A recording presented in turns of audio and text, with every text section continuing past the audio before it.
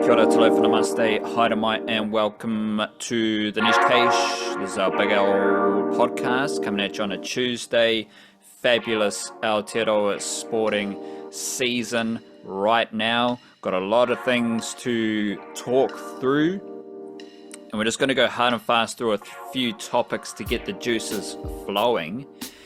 First, maybe not foremost, but I think it's first and foremost. We can go with that. Big wins for the Kiwis and Kiwi Ferns. Two kind of general points about the victories. I do feel this goes into the maybe the crowd situation, but I don't know because I'll get into that in a jiffy. I think the Kiwis and the Kiwi Ferns, maybe less so the Kiwi Ferns, who are still building their connection. Well, that's the point. They're still building their connection to the rugby league communities in Aotearoa, which seems ridiculous for Aotearoa Rugby League. But I mean, heading into that 2017 World Cup, they didn't play any games in New Zealand. So that's where we're coming from, right? We've got New Zealand Rugby League teams who have had an iffy connection to New Zealand. You add in results. You add in, I mean, just look at all the angst about the coaching situation. When Michael Maguire wanted to go coach New South Wales, a lot of the perspective on that was based on the fact that New Zealand Rugby League is like a shit organisation and Stacey Jones would be a shit coach, so we need to get Wayne Bennett. Oh my God, why didn't they get Wayne Bennett? They got Stacey Jones, but he sucks. And here we are, with all that kind of iffy, murky mangrove water of Kiwi and Kiwi Ferns, let's just call it mana, two awesome wins against Samoa. The best way I can sum it up, it was like watching two Warriors games back to back. So it was one of those kind of sports watching situations where you need to go have a breather after. You get a bit of fresh air, you need to do what you need to do, get some vitamins in you, whatever it is, you need to decompress. Because I need to do that after watching one Warriors game, right?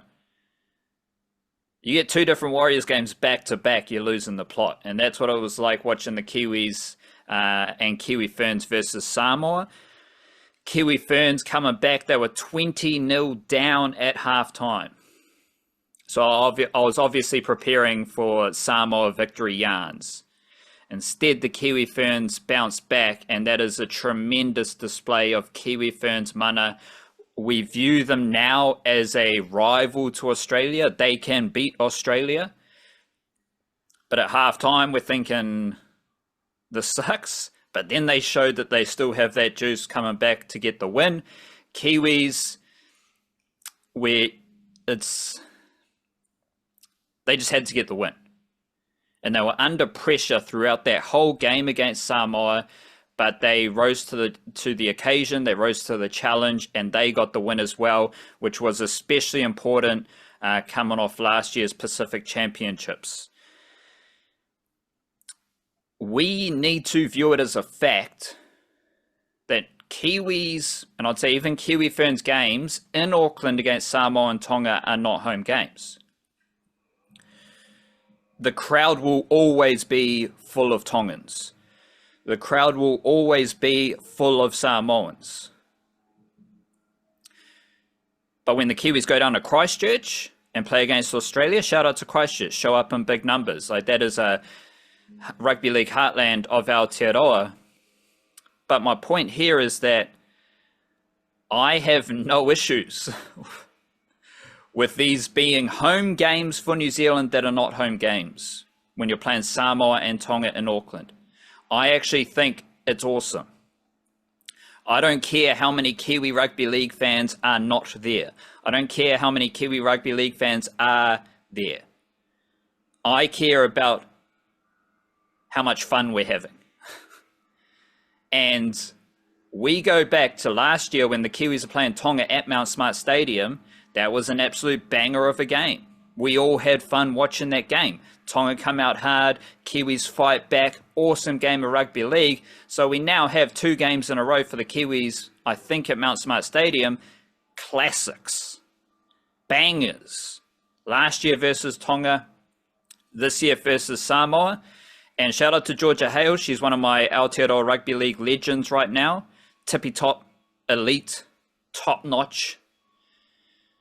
For the men, Joseph Tapine was the best player against Tonga at Mount Smart last year, and Joseph Tapine was the best player, I say, on the field. I'd say for the Kiwis. Some would say Payne Haas plays big minutes, whatever. Joseph Tapine was the best player for the Kiwis in both of those games. So shout out to Joseph Tapine, shout out to Georgia Hale. But that's the key thing, is that who cares what the Kiwi Rugby League crowd is? Because I actually think it makes the occasion better if the Kiwis and the Kiwi Ferns are the bad guys. Could you imagine being a New Zealand Rugby League team or a New Zealand sports team and you are the bad guys at the ground in the game playing on New Zealand soil? I now think that the Kiwis thrive in that situation. And I think the Kiwi Ferns are building that up because now they're playing Samoa more. Maybe not Tonga right now. Shout out to Malihofunga, Patricia Maliepo. Two Tongans had classical winning mahi against Samoa. But the Kiwis especially, now I think they've figured out this very unique situation. And they thrive being the bad guys at the ground in the game. And I just think, so you've got like, against Samoa, you've got the Samoan crowd, the Samoan momentum. That's awesome. But equally as awesome as that was the Kiwis thriving as the bad guys at Mount Smart Stadium. And I think they're learning how to deal with that very unique situation. And it makes the wins just that much better for the Kiwis. So I love it.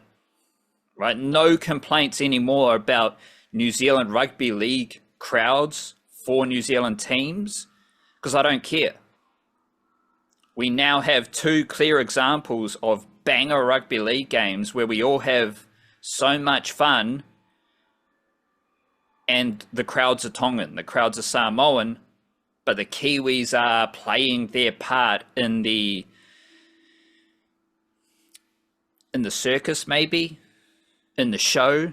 The Kiwis know their role in the whole show, and I love it. So I don't care about the Kiwi crowd. I do care how the Kiwis respond to playing in Auckland on their home soil against Tonga and against Samoa.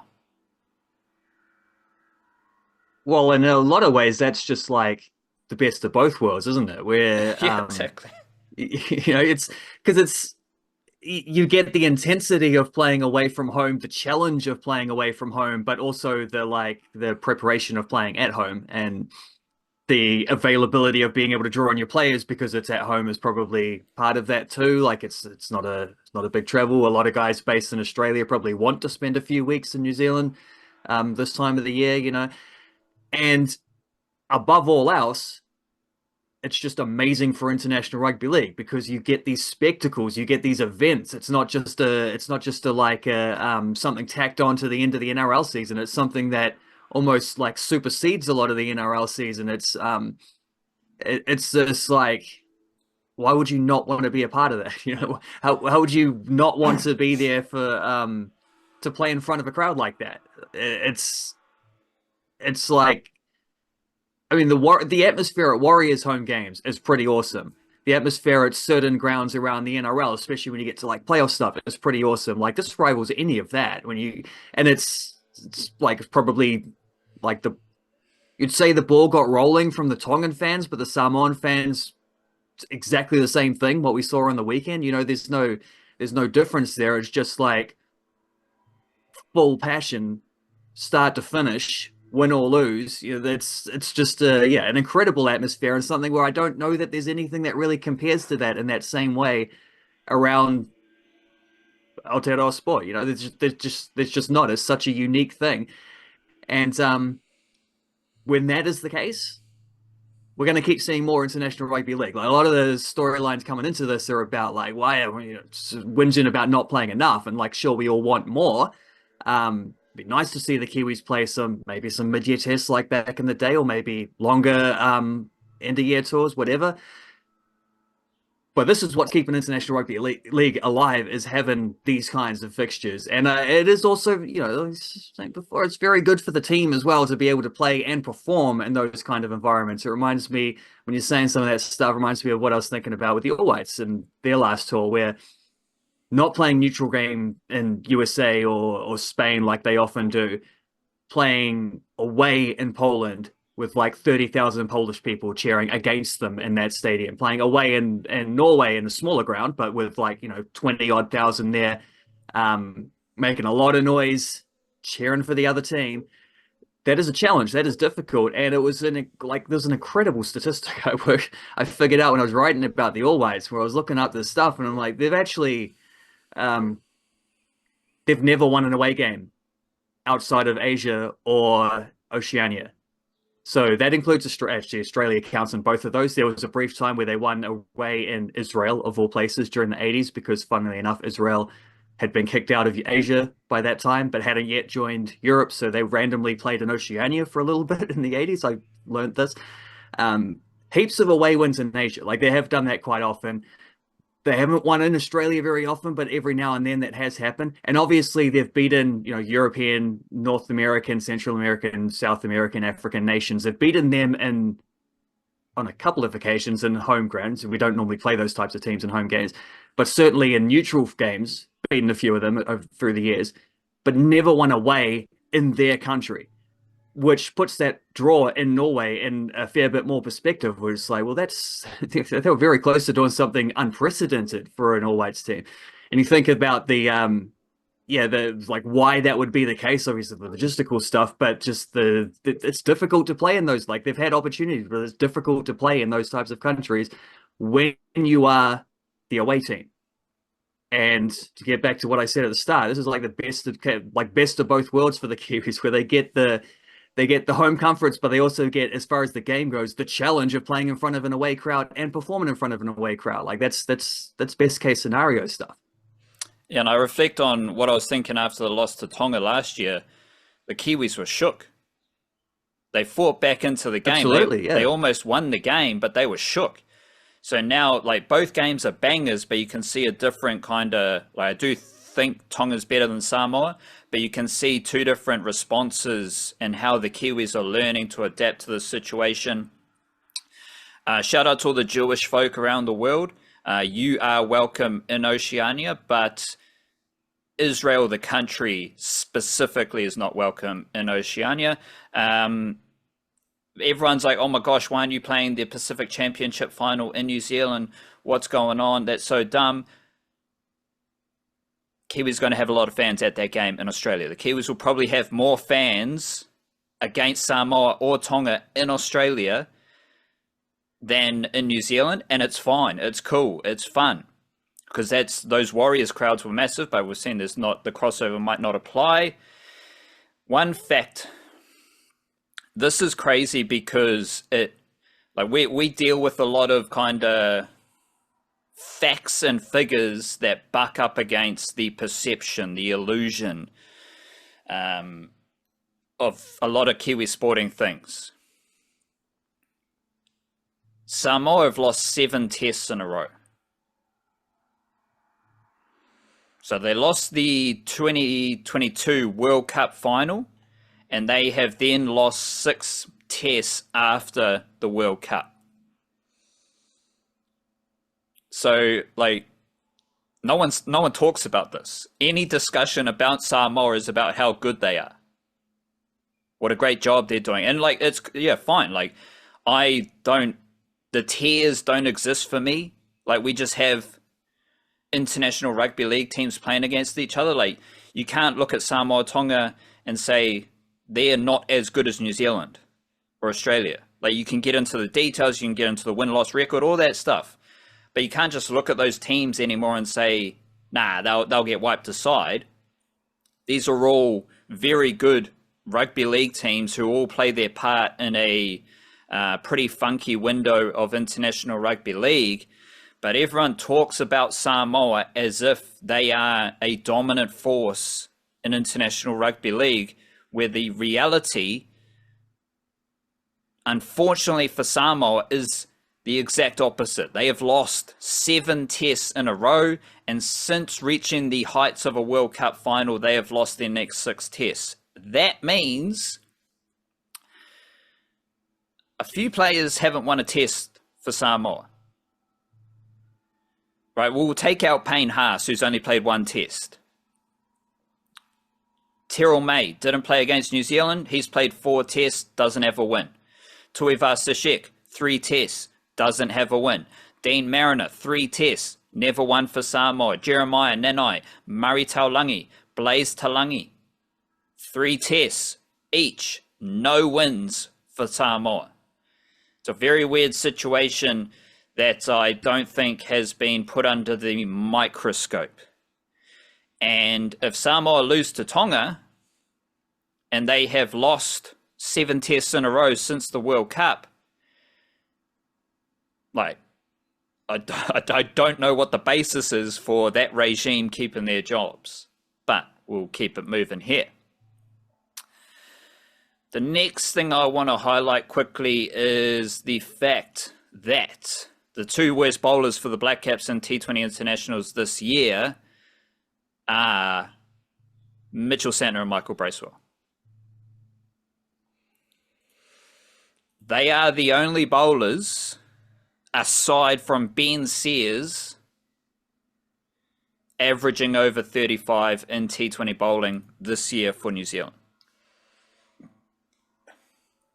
We've got Duffy, Neesham, Sodhi, all averaging below, 20.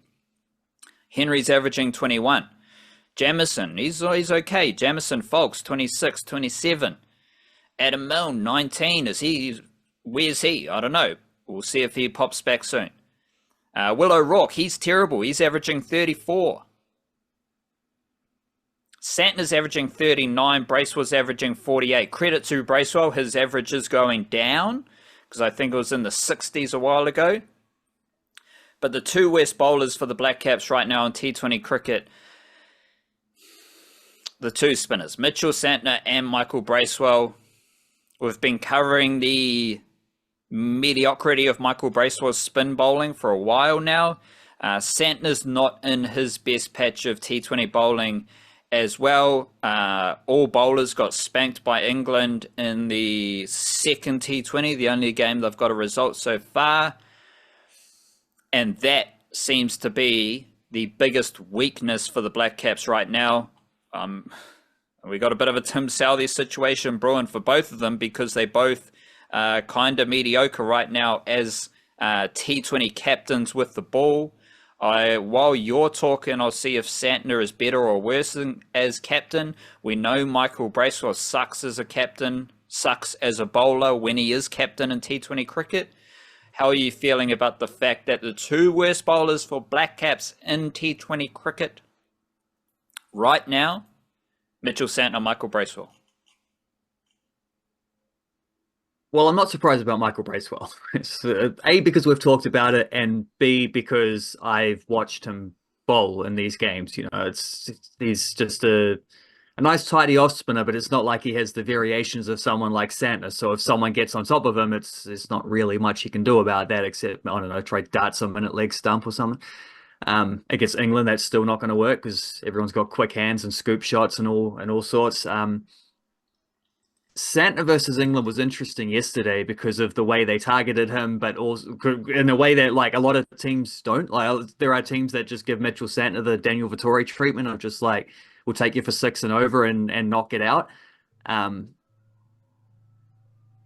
mean, I thought there were some nice overs in there from him. I liked the way he was when he had to just kind of like, in response to that, he just had to like keep it on leg stump to try stop them from opening up, and just say, at least, like, we can pack the leg side and not let you hit into the off. But in order to stay unpredictable, he was varying his pace like massively. I mean, there's a ball he bowled there was like 77 k's an hour or something. He's like, sometimes he'll fire them in at like over 90. Like, there's a big variation there in his pace, which is often the case, but it just felt like even more variety than usual. So with Santner, I feel like that's maybe a little bit of unlucky bowling at the wrong time of the year, and games in New Zealand doesn't help. Um, Bowling against a team like England doesn't help. I can't remember which other games he featured in earlier in the year, but that would include stuff from the end of last summer as well. Like, I feel like with him, that's just one of those ones where it's just a cyclical thing where that'll swing back around. I think with Bracewell, he's just not a good enough bowler to do that stuff. And it's like that game, the game last night against England, where because at least in this one, unlike the previous series, we didn't get Michael Bracewell bowling as like one of your five main bowlers where you're expecting to get 4 overs out of him. They picked it so where there were like two 5.5 bowlers where him and Jimmy Neesham could alternate. But I think those overs between, if I'm remembering this correctly, the 4 overs that Bracewell and Neesham bowled combined for I think 56 runs. So that's like what to 40 plus another thing, 14 runs and over, I think, across Ish. 4 overs, something like that. Like horrendous figures. It's just like maybe you just actually pick a fifth bowler who's like a legitimate, you can expect 4 overs from them type bowler. Maybe that wouldn't be such a bad idea when you're putting your T20 team together. But yeah, we'll see. Because I mean, I kind of think, especially in that game where Bracewell batted slightly higher up the order, you kind of get the feeling he's just in that role. He's just holding it for Glenn Phillips until he's available. I don't think that's a full-time position. Whereas with Mitchell Santner captaining the T20 side, I think it will swing around, but we definitely need that to swing around from him because he's got to be the guy that puts the clamps on so that the pace bowlers can have a little bit more freedom to do what they do. Santner as captain averages 26.3, not captain 21.6. So he is slightly better when not captain. Since 2015, he's averaged over 30 in 3 years of T20 bowling. 2027, 41.8. 2020, 52.4. Now he's averaging 39. That year, averaging 52.4, 2020, he conceded 8.7 RPO. Then he went below 7 RPO for 4 consecutive years of T20 international bowling. Now he's on 8.1. So this is the third year of his career. It's not directly aligned with his 3 years averaging over 30.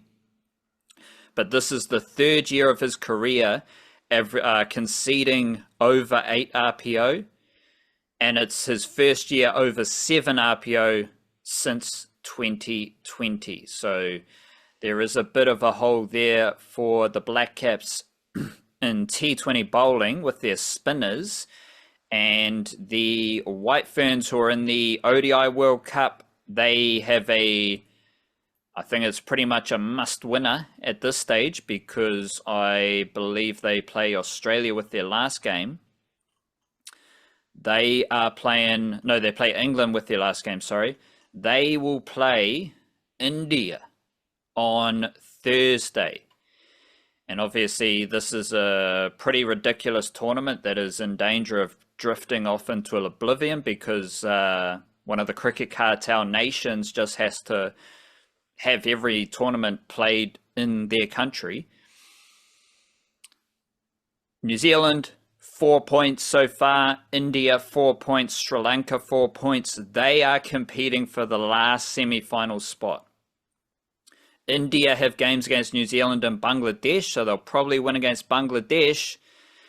New Zealand have games against India and England. So I think they might need to win both of those. Don't know if that's possible. Sri Lanka only have one more game against Pakistan.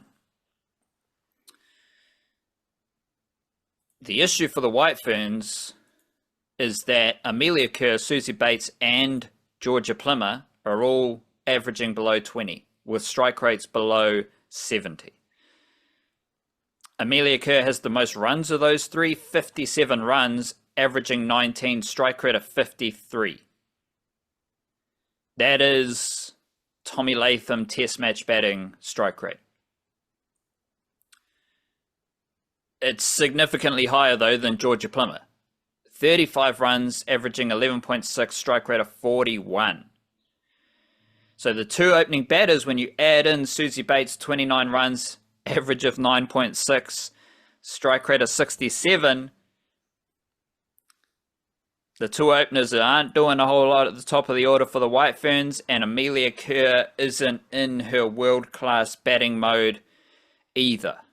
So if that continues, it's a realistic scenario that the White Ferns lose both of these games because they need a far better mix of contributions throughout their team. Shout out to Leah Tahu, who has been fantastic with the ball. 9 wickets, averaging 12 so far. And of course, Sophie Devine has 350-plus scores in 3 innings of the World Cup. I want to get a quick bit of education from you for the A-League season start. We had a 0-0 draw for Auckland FC versus Melbourne Victory. We had a 2-2 draw for the Wellington Phoenix against Perth.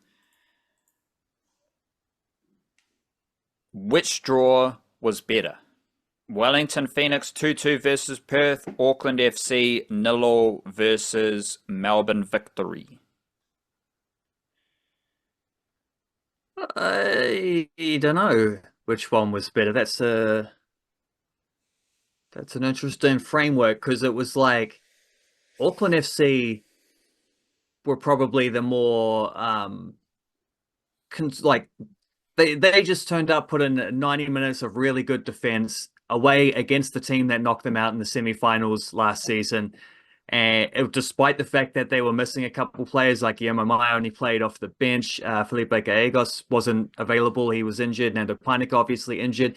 So Jake Gerwood-Reich starts at left centre-back, does a really good job, I thought. Young Australian that they've picked up sort of late in the preseason as well to fill that role after Nando got injured. Thought he did really nicely there. Michael Vowd, pretty solid in goal. Kind of uneventful, but, a good clean sheet for him on A-League debut, a very belated A-League debut. He was probably hoping to make this a year ago, but he had to wait a little bit longer.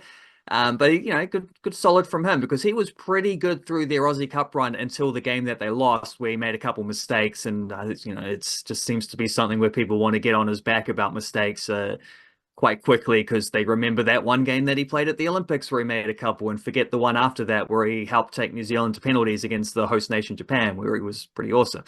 But he does make mistakes every now and then. He is a goalkeeper, a bit like Ollie Sale, who's the backup for him, who just every now and then will do something a little bit silly.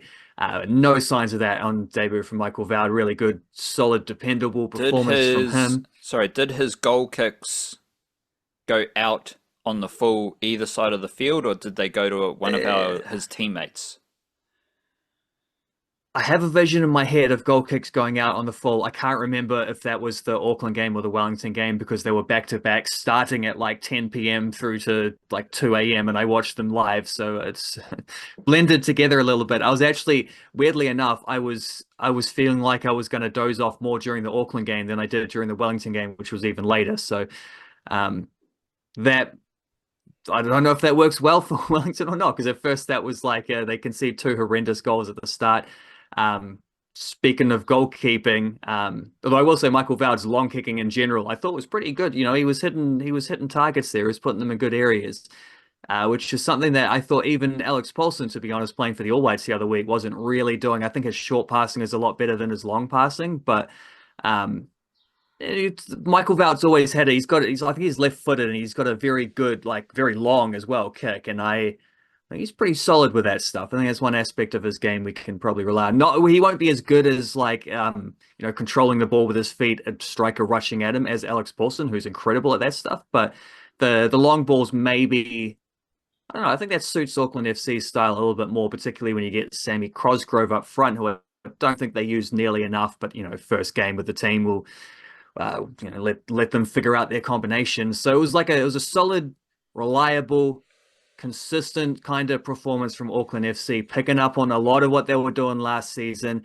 Not enough on attack, but I think they looked better once Guillermo Mai came onto the pitch. So I think that was one of those things where it's like once you actually get all of your best attackers out there, it will look a little bit different. And a draw away from home, it's a team that eliminated them last season, is pretty good. It's hard to get points in Melbourne. And to do it with a clean sheet, pretty good. The Phoenix it's harder to say whether this was better or worse because it was better in some ways and worse in other ways because their first 20 odd minutes was horrendous because they were playing this high defensive line to try fit the way that they're trying to, quite drastically change their style of play this season. But the high defensive line doesn't work if your goalkeeper stands on his goal line the whole time. And so they were leaving all this space behind, and Perth were just like credit to them because they figured it out very quickly as you can just whip the ball in that space. The Phoenix don't really have a lot of recovery pace in that back three that they had. A lot of good, solid, sturdy guys, but not necessarily like foot race types. And they just targeted that, scored 2 quick goals and were 2-0 up. And then for the rest of the game, the Phoenix were outstanding. Oluwayemi figured, so I don't know if Chiefy gave them the rack up or maybe one of his defenders told him, you figure this out, bro.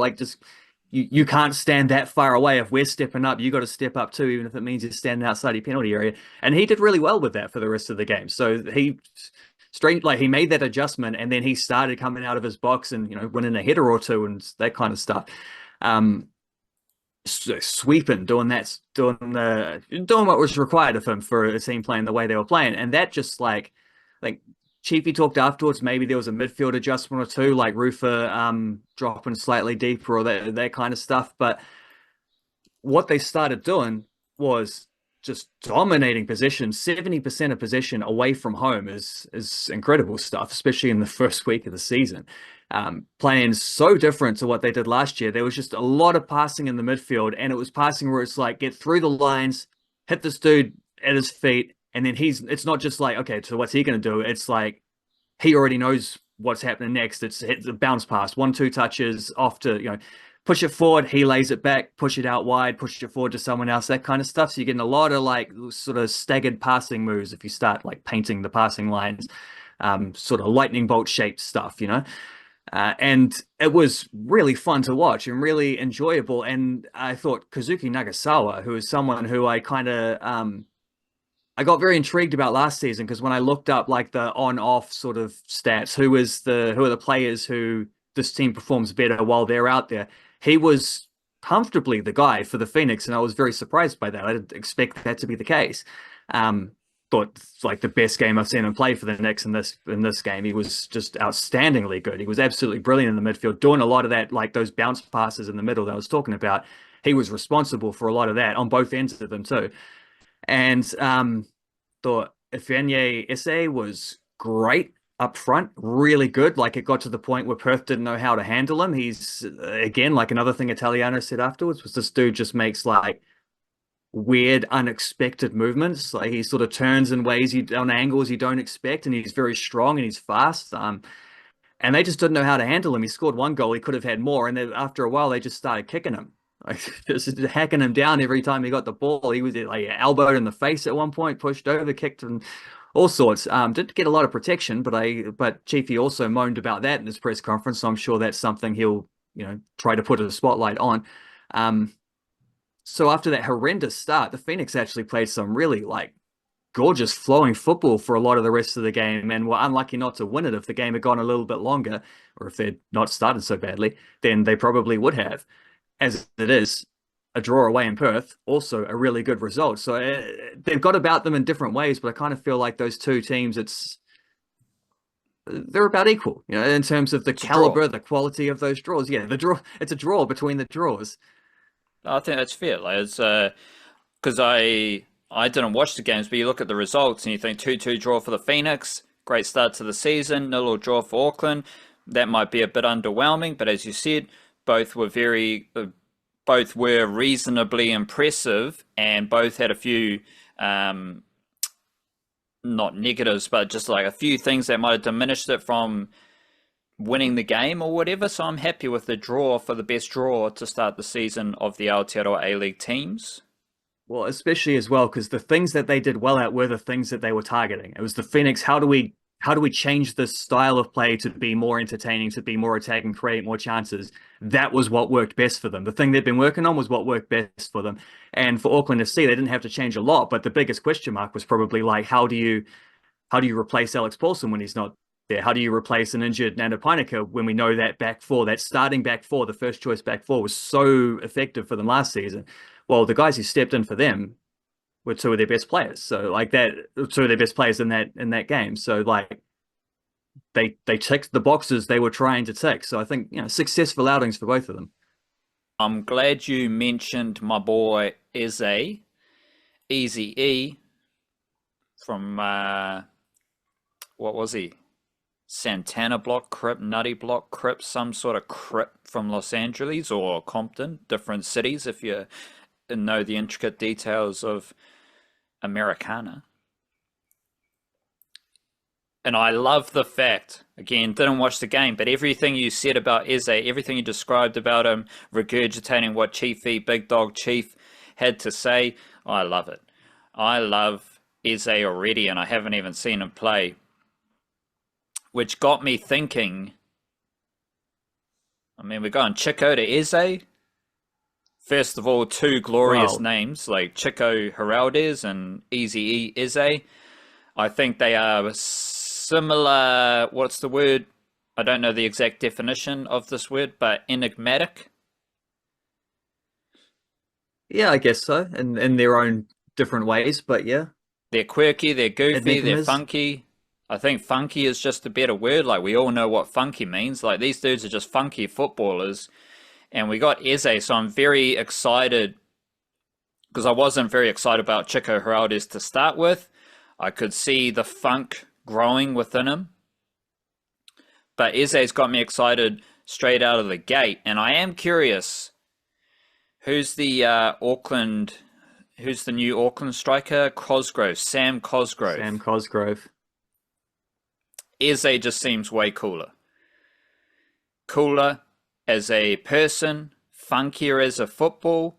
And I'm curious about that matchup specifically because they both got new strikers. They got Eze for Wellington, and we got Cosgrove for Auckland. One's a funky dude out of Nigeria who came to the Phoenix from Iraq, and he's doing some great stuff. The other guy is just a Pom who was grinding in the lower leagues over there. Two very different paths to Aotearoa. Now they're both strikers for the two A-League teams from Aotearoa. Having not seen either of them play this early in the season, I'm pledging my allegiance to Easy Eze, and I am looking forward to how that unfolds over the next few weeks, because maybe Cosgrove does some crazy stuff for Auckland. Especially this weekend, I think both teams are playing home games. So maybe Cosgrove does some stuff at the Temple of Mount Smart. We all know I'm partial to a bit of sporting glory at the Temple of Mount Smart. That's why I'm so high off rugby league at Mount Smart Stadium, whether it's the Warriors or unless they're playing a big game in front of a big crowd, which they always lose. But going back to Tonga and the Kiwis and all that stuff, so the door's open for you, Cosgrove. What are you going to do? Because I talk shit about Kosta Barbarouses, and he scored a goal in his first game for Western Sydney Wanderers. So that's how you respond to a bit of my jibber jabber. And I am pledging allegiance to Easy Eze, so I'm curious to see what Cosgrove does. I do want to ask you about Kosta Barbarouses when we dive deeper into the football later on. Deep breath as I digest another coffee. NBL basketball, Breakers had a good win over Tasmania Jack Jumpers. Then they had another stinky loss against a very good Melbourne United team. A win and a loss. Nothing's changed as far as my view of the Breakers goes. Nothing has changed about my view of their coach, Mr. Koppinen. Everything is the same. Still a bit iffy on Coach Koppinen. And because after the win against Tasmania, then we're thinking, the Breakers are back. But the Breakers have a habit of us thinking that they're back, that they've found the groove, because they're going win, loss, loss, win, loss, win, loss in their last 5 games. So they do well to kind of respond, but then they do well to also poo their pants in the next game as well. Yeah, they have the Manchester United under Ruben Amorim thing about them where they can't win back-to-back games. Although Amorim just did, did just beat Liverpool at Anfield, so that's broken now. Still waiting on Coach Kopp to do the same thing because he hasn't won consecutive games with the Breakers since like they started, I think, 7-3 last season. So there was definitely a consecutive win or two during that spell. But I think we've been about, I think we've probably been a full calendar year since it last happened, which is not good.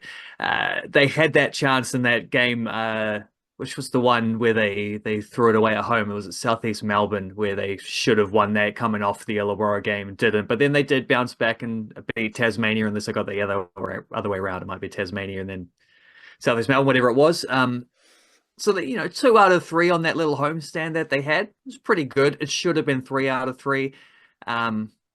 But at least that is showing signs of improvement. I'm not worried about them losing in Melbourne, though, especially because they kept that, like, at a point in the early second quarter, I'm thinking this is getting as ugly as the first one. Melbourne just seemed to be tearing away. And they didn't. Like, the Breakers never closed that gap, but they kept it at around about that sort of, like, 8 to 12 points for quite a while until the very end where they got silly and just started throwing up shots and having to foul as well to see if they had a chance, and that allowed Melbourne just to be smarter and stretch it out. Chris Goulding as well hitting just circus shots throughout that game, which is, again, how do you even cope with that when you defend him well and then he just hits an off-balance 3 that goes nothing but net? But that's a way to Melbourne. They're the best team in the league right now. They've been incredible to start the season. Not worried about that because I didn't expect them to do anything better than that. I am happier to have seen some of the stuff that we saw in the sort of the 3-game homestand before that. If they'd won all 3 of those games, it would look a lot better. But unfortunately, they managed to throw one of them away for reasons which we've discussed recently. A lot of that comes down to like underperforming imports and perhaps poor coaching, and that's been frustrating. Speaking of the imports, doing some like not crunching, but just observing some numbers and looking at some box scores for the newsletter last night. And Isaiah Brockington, who's getting a bit of hype now, finally, because he scored 25 points against Melbourne in a double-digit defeat. So that was nice, but also like you didn't lead the team to victory. You didn't do it when it mattered in the fourth quarter against bloody whoever it was that they lost to the other week at home. Isaiah Brockington has a negative plus minus in every single game this season. I think there were 1 or 2 when it's -1, but even then, like -1 from your inputs isn't enough. The team should be better while you're out there. They should be playing winning basketball while you're out there.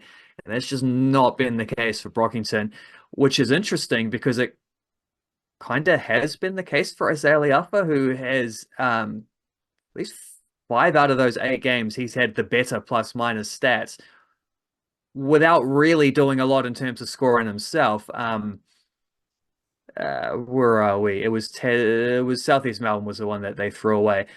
Let's pick some highlights from this. Brockington -31 in 29 minutes in the first loss to Melbourne. He was -11 in 31 minutes in this loss to Melbourne. So he had his highest scoring game of the season. People are enjoying that. People are talking about he's finally clicked. Well, they were outscored by 11 points while he was out there. -9 against Brisbane in the first one, -5 against Perth, a couple of -1s in there, another -5, another -1. So a lot of them aren't huge ones, but it's just like none of these numbers are going up. Whereas Isaiah Le'afa was like +30 in the win against Illawarra, and he was +18 in the win against Tasmania. So the 2 games they've won, he's been really like helpful in an undercover kind of way. These are 2 guys I mentioned them not only because they have the same name spelled differently, but also they play the same position. They're more or less rotating the shooting guard minutes between these 2 guys. So, I mean, I love Isaiah Le'afa, but he shouldn't be outperforming an import. The Breakers shouldn't be better while he's there compared to when Brockington's there. That's got to change. Yeah, but we are seeing some nice, Carlin Davison he was awesome in the first game. He was absolutely terrible in the second game away to Melbourne, and then Coach Kopp just cut his minutes completely for the next couple of games, which I thought was very harsh. Yeah, one really good game, one really bad game. Well, at least, balance it out somewhere in the middle. But he has earned those minutes right back in the last couple, and I think he has the second best net rating for the Breakers so far. No, Kareem Lopez is slightly ahead of him, but Carlin Davison is the third best net rating, better than any of the imports in terms of offensive rating while he's out there. That's points per 100 possessions that the team scores, minus points per 100 possessions that the team gives up in that guy's minutes on the court. So, for example, Parker Jackson Cartwright, 105.4 offensive rating, one of the worst in the team, despite the fact that he's presumably the best offensive player in the team, like the best scorer, the best, the guy who gets all the assists. The offensive rating actually isn't very good while he's out there, which stands to reason with a lot of that eye test stuff of like, he's doing too much. Yes, he's getting numbers, he's getting points, he's getting assists, but is anyone else really doing anything while he's out there outside of like the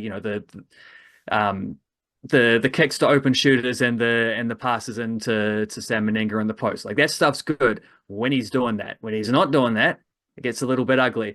And yeah, he actually has a minus 7.7 net rating, so they're getting beaten while he's out there as well. They're a team that is like 2-6, so you expect a lot of negatives in that. But that's all the more reason why it's so notable that Sam Meninga is far and away the best, and as far as this statistic goes. Kareem Lopez as well, sort of is an import, but isn't officially filling an import slot because he's a next star.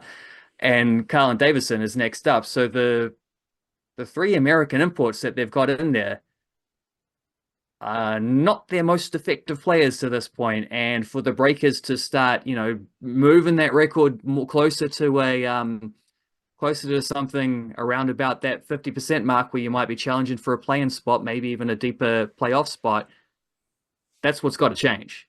Like, they just got to get more efficient, specifically from Jackson Cartwright and Brockington, because I don't even know what the deal is with Rob Baker. Like, I don't even seem to like to play in us. So I don't know. Sometimes he comes in and knocks down some threes, and that's cool. He's not really a big rebounder, and it's defensively he hasn't quite clicked on yet. But he could. He looks like the kind of guy who might get there. So we'll see what happens there. But at the moment, it's Brockington and Jackson Cartwright who are getting big minutes, and the Breakers are losing a lot of those minutes. And that's the number one thing that needs to be fixed. And as usually is the case with these Breakers chats, that comes down to a decision that the coach is going to have to make about how to do that. Yeah, it's not surprising that the NBL and all of its, like, fifth time I've used this word so far, all of their Americana, they think that the best players for the Breakers are the Americans. So that makes a lot of sense. You did have this note in our newsletter. I think this was the last Thursday edition, so shout out to our newsletter, nichecase.substack.com. Sign up. You had Coach Koppinen started 7-3, and that was conveniently before Taco Ball was signed. Taco Fall, sorry, he's not another Ball, but he's not Jackson Ball's brother. He's Taco Fall. The fall of Taco. Since then, you had 4-21. So does that mean they're 5-23? 5-22. 5-22. Yeah, 5-22 since then. So they were 7-3 before they signed Taco Fall under Coach Koppinen. Since they signed Taco Fall and kicked him out and kicked the other owners out and all that other shit that happened, since then, Coach Koppinen is 5-22. That does not smell like a good coach.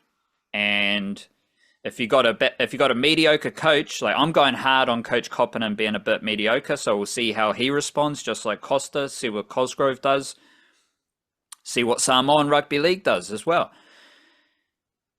But if you got a mediocre coach and your imports aren't that good, that's a recipe for a weird NBL situation. I'd rather have stinky imports and a good Kiwi coach, because then you got lots of good Kiwi players in the team, right? You can go that way.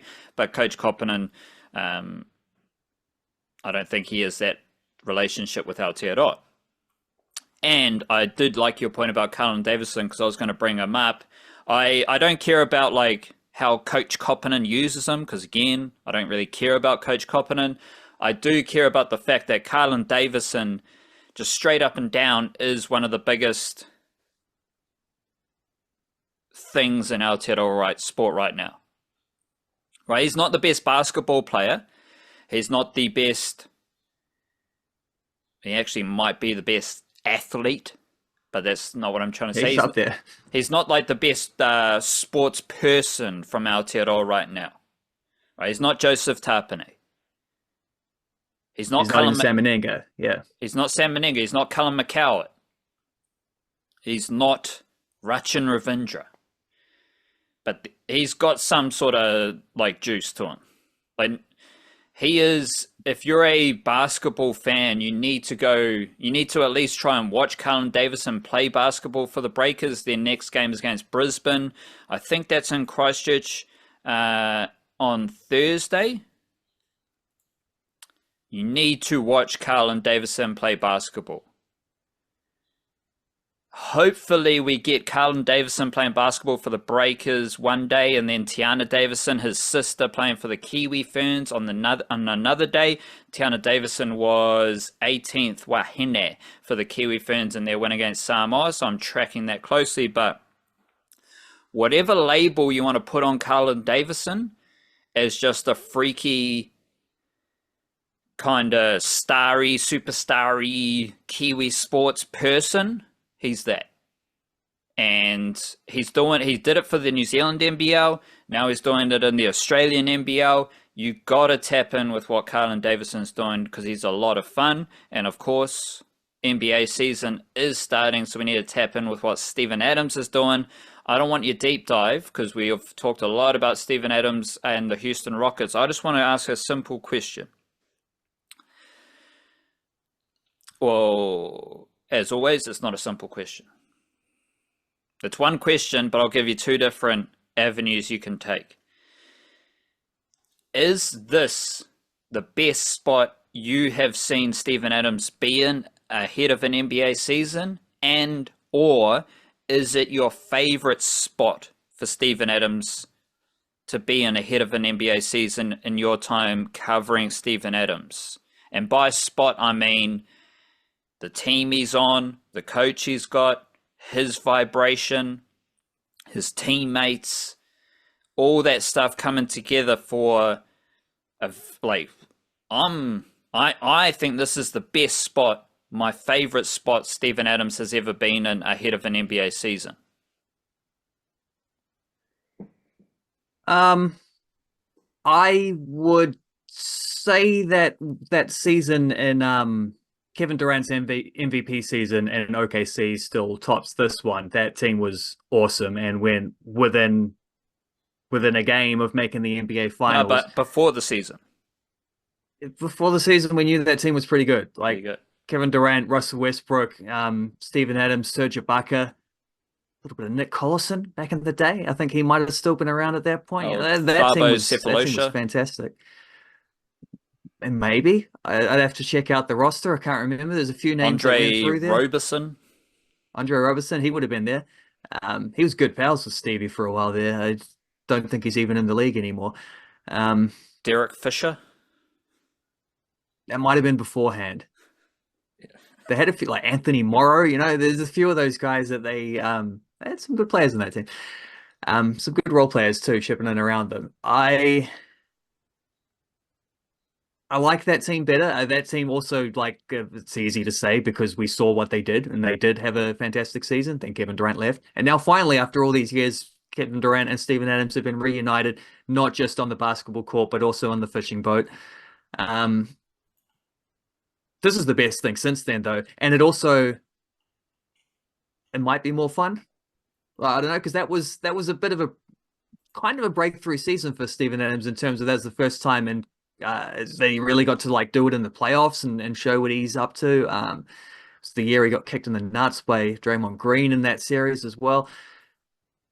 This is I don't know. There's just all this rolling momentum around the Houston Rockets, and then they had that Fred VanVleet injury, and it's like, how are they going to handle this? Well, apparently, how they're going to handle it is they're going to start in Game 1 against OKC Thunder tomorrow with the lineup of Amen Thompson, Kevin Durant, Jabari Smith, Alperen Sengun, and Steven Adams. So he's going to be starting in Game 1. They've already said that he's not going to be starting every game, but he is going to be starting certain matchups when it works, and against OKC with like Chet Holmgren and Isaiah Hartenstein, like that's a big team. So what are the Rockets going to do? They're going to go even bigger because that lineup I just mentioned has four guys who are 6'11", and then a 6'7" point guard and a man Thompson. Like that is absolutely enormous. That might be the tallest NBA starting lineup ever. I don't know if there's ever been a team with four guys of six, like Kevin Durant playing shooting guard at the size that he is crazy stuff. Um, and I mean, last season there was all this great stuff around Steven Adams and Alperen Sengun. The double big lineup, right? It was I looked this up to get the exact number, 31 points per 100 possessions better than their opponents when those two guys were out there. The offensive rebounding numbers with those two, 31.8%. That's like unfathomably good. That is one in every three missed shots is getting offensively rebounded by that team to get, another possession or a tip-in shot or whatever. That is like unprecedented, legendary type numbers. Not only are we in for a whole season of that, but they're taking it even further by putting like Jabari Smith and Kevin Durant, who are just as tall as those two, around them. And the double big stuff got a lot of hype. Like there were a few teams already last year, OKC being one of them, Hartenstein and Holmgren, for example. A few other teams that saw this and maybe even uniquely by themselves came up with similar ideas. Like, yeah, let's just go extra size. The NBA goes in waves like that. We've had the small ball stuff. Now, apparently, we've got the big man era coming up, and that's cool. Okay, I mean, Houston Rockets, well, OKC do it better than most teams as well, but the Houston Rockets, they do the big stuff better than anyone else because they're not just picking size, they're also picking guys with big man skill sets. So you got Sengun and all that he does, you got Adams and all that he does.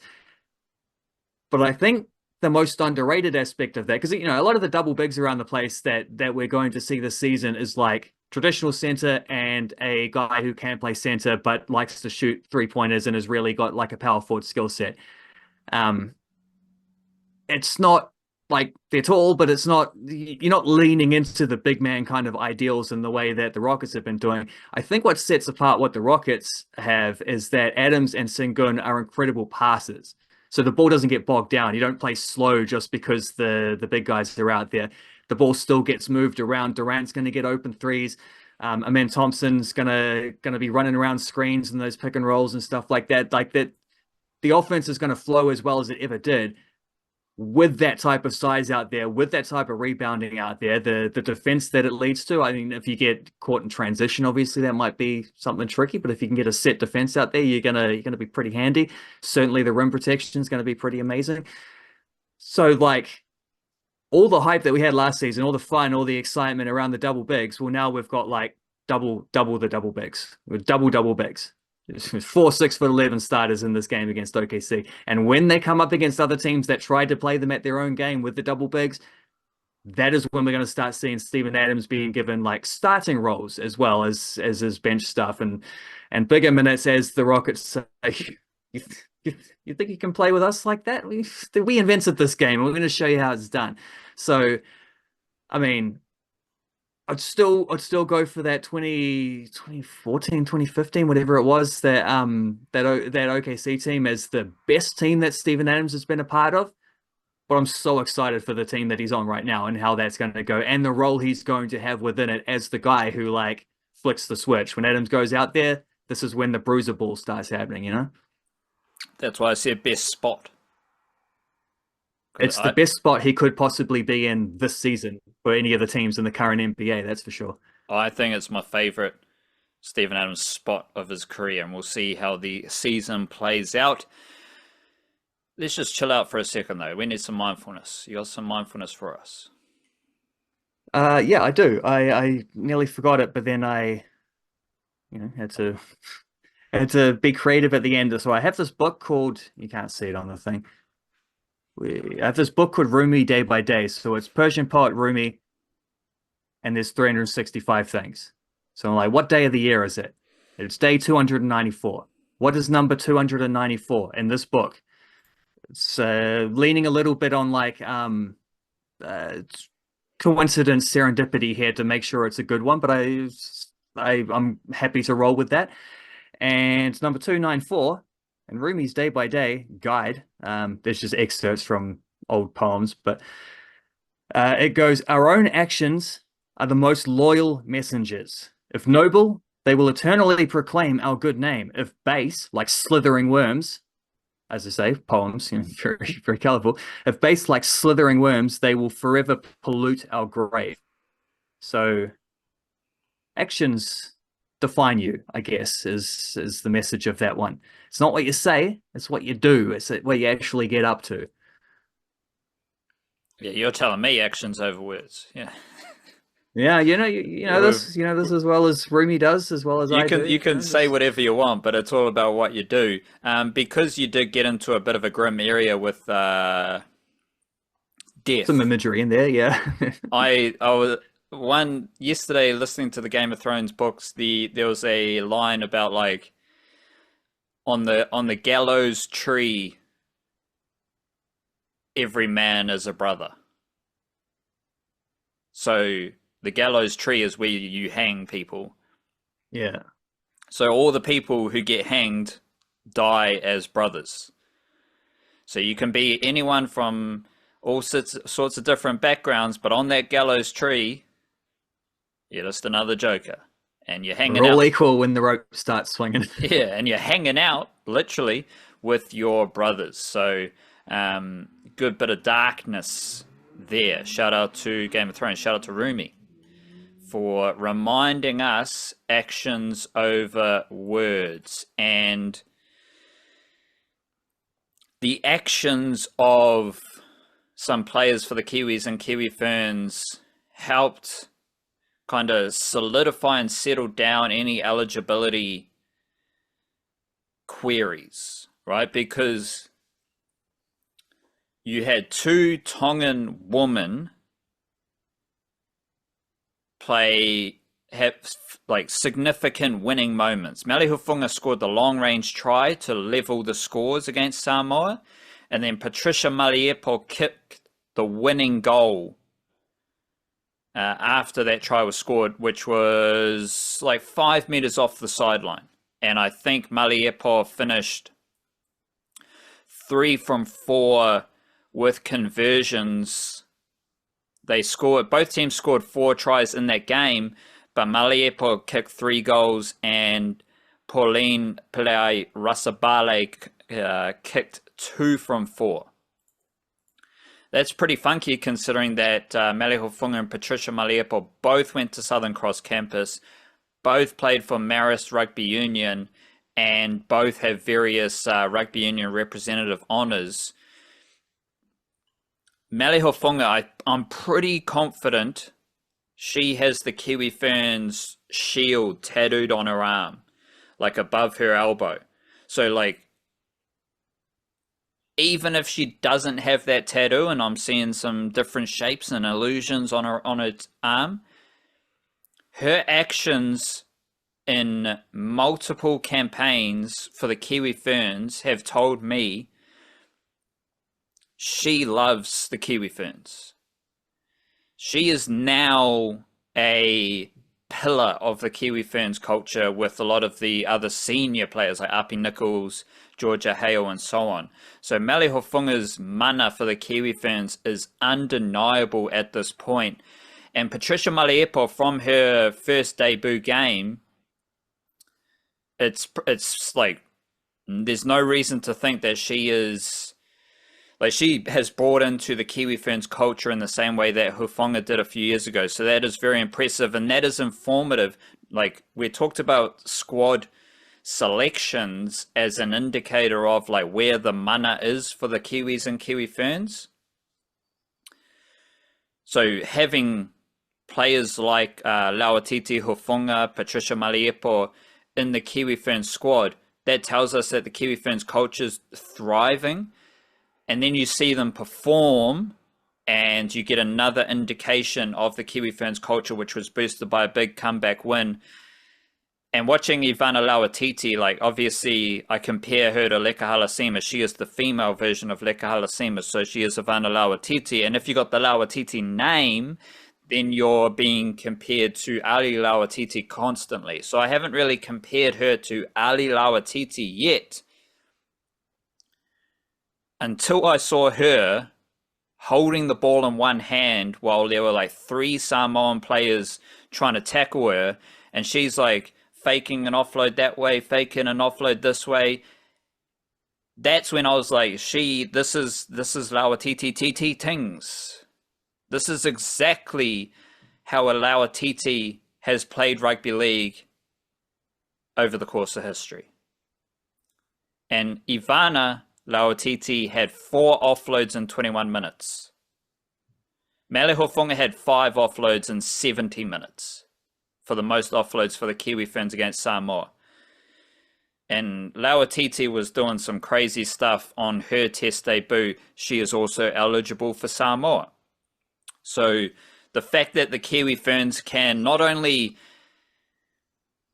draw these players into representing Aotearoa when they have other options, but the way they perform, the way the culture integrates them, the way... This is the sneaky thing about Aotearoa Rugby League in this context.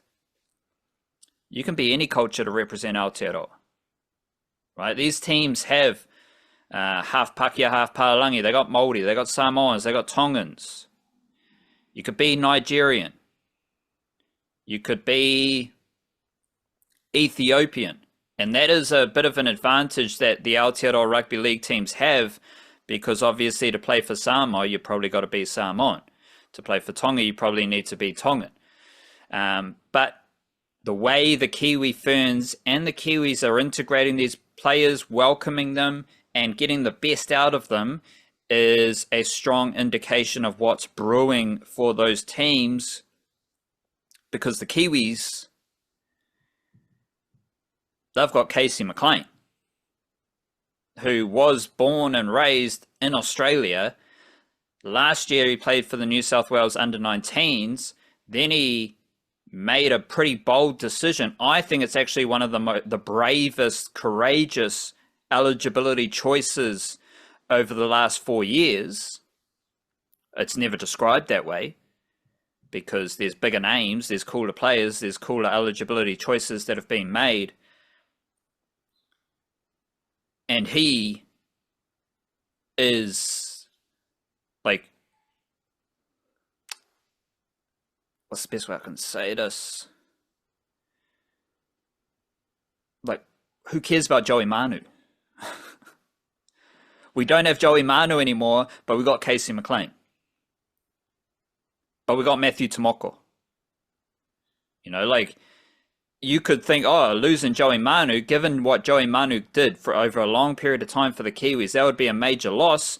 But at the time when he bows out, I think I don't know if we did actually, we might have. 2023, you get a bit of Matthew Tomoko, a bit of Joey Manu, not confirmed. But now we also have Casey McLean, and Casey McLean was fantastic, as was Matthew Tomoko. But the key thing with Casey McLean, he probably only went to New Zealand as a child to visit family. Right? He wasn't even, it's not even one of these, like, he was born here and then he moved to Australia when he was 2 years old, like a Phoenix Crossland. Casey McLean, he obviously has strong whānau connections to Aotearoa because he wants to represent Aotearoa, but he has chosen to represent New Zealand instead of pursuing any state of origin, let alone Australia. Because he could still pursue state of origin right now and then hope for a rule change with eligibility, so then he could play for New Zealand in the next few years if that rule change happens. Nah. He just straight away went to represent New Zealand. And obviously he scored the first 2 tries, I think, against Samoa. The second of which he just ran through like Junior Paulo and Roger Tuivasa-Sheck, which was ludicrous. And it was, like Matthew Tomoko and Casey McLean. That's your center combination as long as they're healthy and available. So shout out to them. What other details do we have here for the Kiwi Ferns? Well, I did just check. Matthew Tomoko's debut was 2023 50-0 win against Samoa, lined up in the centers with Joey Manu on the other side. Yeah. So we did get that overlap. Great stuff. That's why you can never be worried about like who's moving on, right? Like we've got so many examples of that, to the point where I'm not really stressed about Luke Metcalf. Heaven forbid you say that. I did see Luke Metcalf described as a superstar halfback, and I was curious. We don't need to go deep into this, but like, if Luke Metcalf is a superstar halfback, what does that make Nathan Cleary? And then we get into a situation where it's like Nathan Cleary, who plays like every game every year, versus Metcalf, who plays half a season every year. Also a few NRL championships mixed in. That helps as well. But then it's like, okay, if Luke Metcalf's a superstar halfback, are you taking Mitchell Moses? Are you taking Luke Metcalf ahead of Mitchell Moses? I'm probably not. Adam Reynolds, maybe he's a solid comparison because he's not going to play every game, right?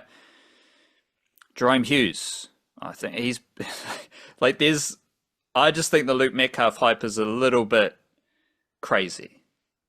And I'm kind of scared to say that out loud, but I just did. Back to the Kiwis. Nofahu White played most minutes for the Kiwi forward pack in that game, 60 minutes, and he was the youngest forward on the field for the Kiwis. So another, like, we're looking at like who's playing well for the Kiwis. A lot of them are playing well. So again, it's an indicator of Stacey Jones's coach. And Joseph Tapine is doing legendary stuff, but there's a lot of really good players in this team. But we've got a few very impressive tests from Nofahu White for Aotearoa. 60 minutes when Joseph Tapine is playing 54. Fisher Harris, 47. He's very impressive. And even the way that Stacey Jones got the best out of Dylan Brown and Nelson Asofa-Solomona. Nelson Asofa-Solomona did his job for the Kiwis. 22 minutes, 5 runs, 55 meters, 11 meters per run for the Big Bopper. Yeah, I think he had an error. He probably gave away a penalty. Whatever, a few other players had a penalty against them, a few other players had errors. It's all good. But if you got a Big Bopper averaging 11 meters per run in the middle stage of the game, I think that's pretty useful. Especially because you're not relying on Asofa-Solomona to play a massive role, because Nofahu White is playing a big role. Aaron Clark's playing a big role. And the funky thing about the Kiwis forward pack and all international forward packs is you got to pay attention to who's doing the passing, because these roles aren't necessarily clearly defined in international rugby league. The Kiwis, Fisher Harris had the most passes in the Kiwis forward pack on 7. Then you had Tapine 5, Aaron Clark had 4, Papali'i had 4, but he's on an edge.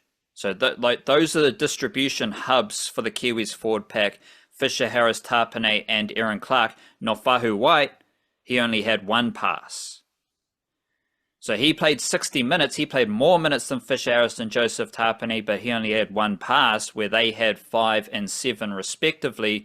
But Tapine also had 4 offloads. Tapine also averaged 12 meters per run or something crazy. And same with Asofa-Solomona. I was very impressed with Dylan Brown bouncing back from his Eels situation. He was did what Dylan Brown has always done in the halves. Very strong runner, solid defender, finished with 1 try, 2 try assists, 4 tackle breaks, and an offload. Perfect game of number 6 rugby league. And he also had 19 runs for 162 metres.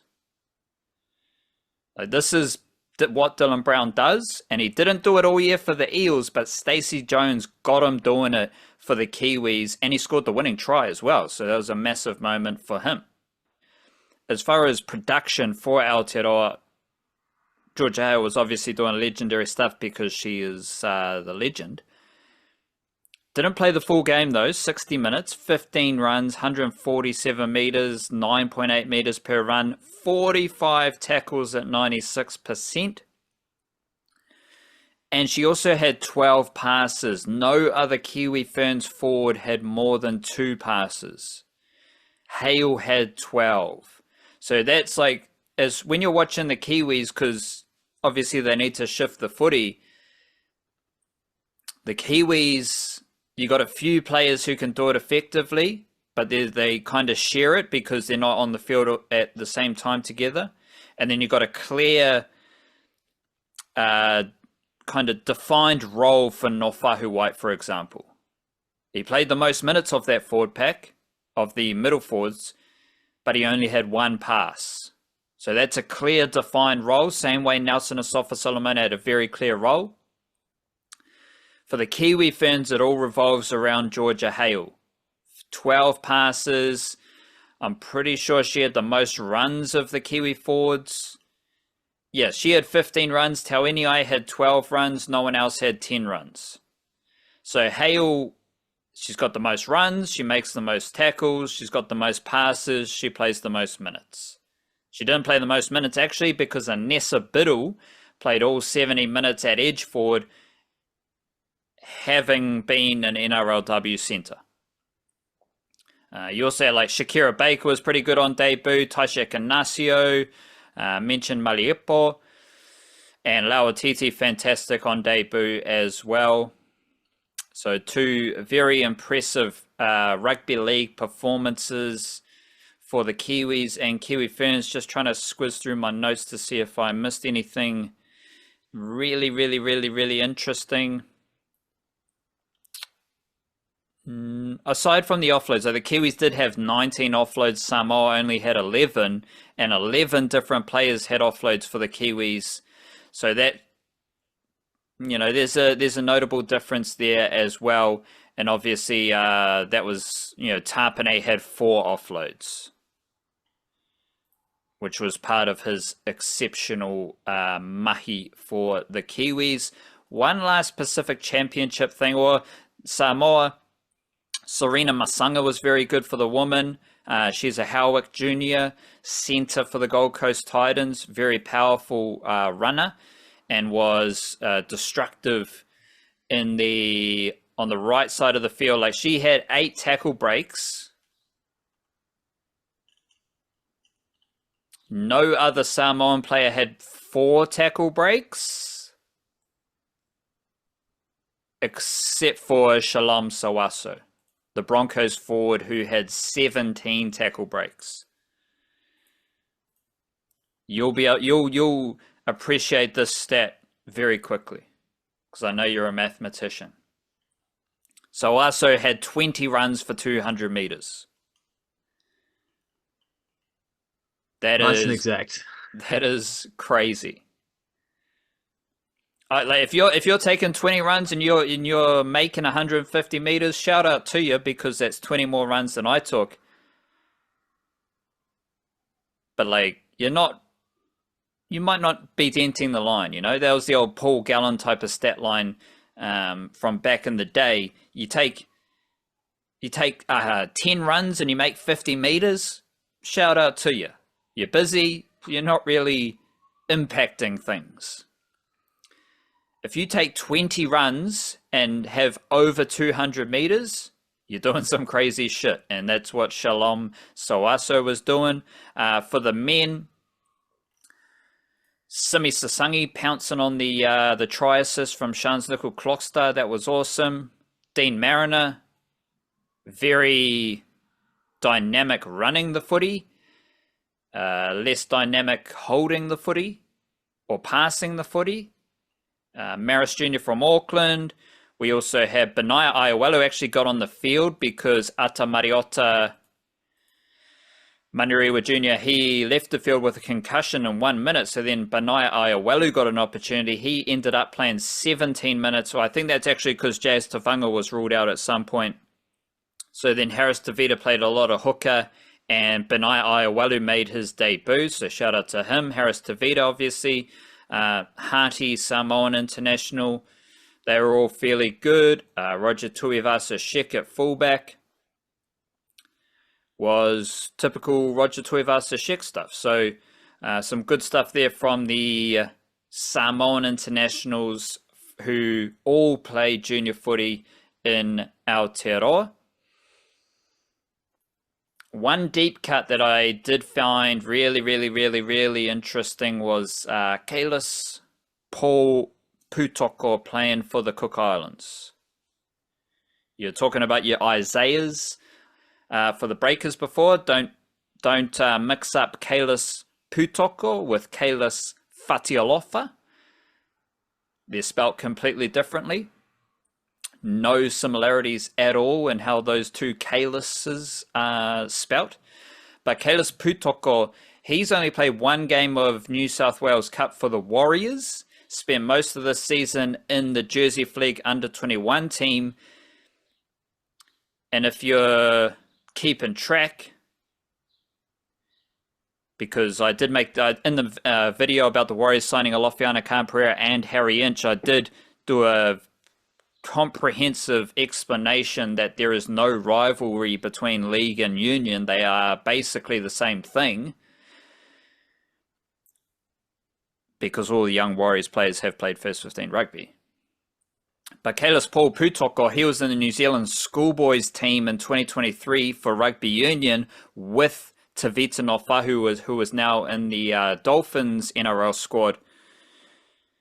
And after that, he went to the Titans, but he returned to Aotearoa for this year, where he did play most of the season in the under-21s team. He played fullback, centre, and in the halves for the Warriors Jersey Flegg Cup team. Centre on his New South Wales Cup debut, scored 2 tries, no biggie.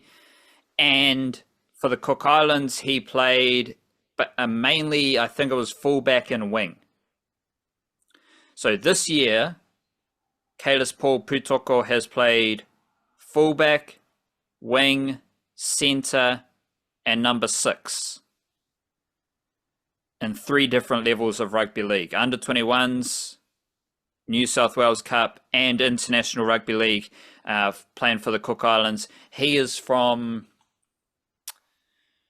I'm not sure exactly how many islands make up the Cook Islands, but they do say that Tokoroa is part of the Cook Islands, and he is from Tokoroa. He was playing alongside another young half from Tokoroa, Cassius Cowley. I think Putoko is a Forest Land junior, and I think off the top of my head, Cassius Cowley was coming through the Pacific Sharks. So it's pretty obvious that that will be players from Tokoroa in the Cook Islands team. But Putoko was a late call-up. I don't think he was even in the initial squad. So it was very exciting to see him play International Rugby League for the Cook Islands. Fascinating youngster to watch out for in the Warriors system. Speaking of fascinating youngsters, Ford Trophy Cricket starts this weekend. And I was thinking about the best youngsters I'm interested in who have not played for the Blackcaps, which is actually an important factor because Reece Madu, Muhammad Abbas, Mache, they've all played for the Blackcaps, right? Matt Fisher, coming off test debut. He's played for the Blackcaps, obviously. Adi Ashok, who I think is my best New Zealand A player across both tours overall. He's played for the Blackcaps. So first and foremost, Going back. The best young players in New Zealand have played for the Blackcaps already. You're kind of seeing this flow through the Blackcaps squads because there was a development in the T20 mixer with Devon Conway being cut from the first 11. So then you open with Tim Robinson, bring in Rachin Ravindra, and you've got two younger batters solidifying themselves in the top order for the T20 team. We can think about the best young players in New Zealand. Fisher's already made his test debut. Eddie Ashlock's playing ODIs, T20s. Folks has played test cricket. He's in the T20 squad. He's in the ODI squad to play England as well. Shout out to Kane Williamson, he's not returning to the ODI team because he was in the last ODI team. Like, he's just stayed in the ODI team. Who cares? Mache, T20s, ODIs, Reece Mariu, ODI debut last summer, Muhammad Abbas, ODI debut last summer. Like, those dudes have all played for New Zealand, but they will be, aside from Folks, and of course we've got Nathan Smith not returning to the ODI team because he also played in the last ODI for New Zealand as well, I believe, which was the Champions Trophy. Will be fascinating to see how those players who are going to be available for Ford Trophy perform, but who comes to mind as young players who have not played for New Zealand, who are going to be fascinating talents to watch out for? There's two players for me. Like, I could give you some like alternative deep cut. You know, Cameron Paul coming out of Darfield, same skill set as Zach Fox. We've seen how Zach Fox has progressed. You got to watch out for Cameron Paul. That's a bit alternative. That's a bit deep cutty for me right now. So I'm just going to give you the obvious ones. That pause was because I was trying to think of like some really obscure cricketer who I could throw at you as another deep cut joke, but I'm just going to say Curtis Heafy, Dale Phillips. Curtis Heafy, leading run scorer for the Ford Trophy last summer. So we got to remember last summer in the domestic cricket batting stakes, Matt Boyle, young batter for Canterbury, leading run scorer in the Super Smash. Curtis Heafy, 22 years old, leading run scorer in the Ford Trophy. Nick Kelly ruined the whole buzz because he scored more runs than Reece Mariu. But then Reece Mariu just did another double century type of thing in South Africa. Curtis Heafy, one-day batting average of 50.5. First-class batting average of 42.3. He has 8 consecutive scores over 30, stretching across 3 different countries and 3 different formats. 71, 50 not out, 35, 30 not out, 32, 36, 190, 13 not out. I think he probably won't be the wicketkeeper for CD because they do have Dane Cleaver, but I think we'll see Curtis Heafy open the batting for CD. He could go number 4, maybe number 5, but that's more T20 stuff. He goes in the middle order. He always opens in Plunkett Shield. I'm expecting him to open the batting in the Ford Trophy, and he was the best batter in this format last summer. He's averaging over 50 in list A batting. Watch out for Curtis Heafy. And of course, Dale Phillips, who had a fantastic tour of South Africa for New Zealand A. He's had a very strong couple of seasons for Otago. Now he's returning to Auckland, where he and Glenn Phillips grew up. I think Glenn Phillips is sticking with Otago. Dale Phillips, he did have a 79 in the one-day series against Bangladesh for New Zealand A. He had a 147 in a one-dayer and 103 in a four-dayer for New Zealand A in South Africa. Now he's returning to Auckland. And the thing with Dale Phillips, Curtis Heafy, like, he's just a really classy, crafty, skilled batter. The thing with Dale Phillips, because he's a Phillips, if he's scoring his runs, he's smashing it everywhere. And it's going to be very cool to see Dale Phillips back for Auckland after a great year, not a great year, a very good year for NZA, and a strong season with Otago last summer. So those are my two dudes who are yet to play for the Blackcaps to watch out for in the Ford Trophy. No bowlers because Ashok is the best emerging spinner. You might have Jaden Lennox entering the equation.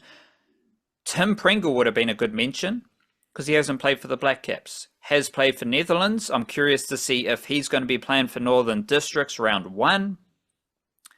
And who else do we have off the top of my head?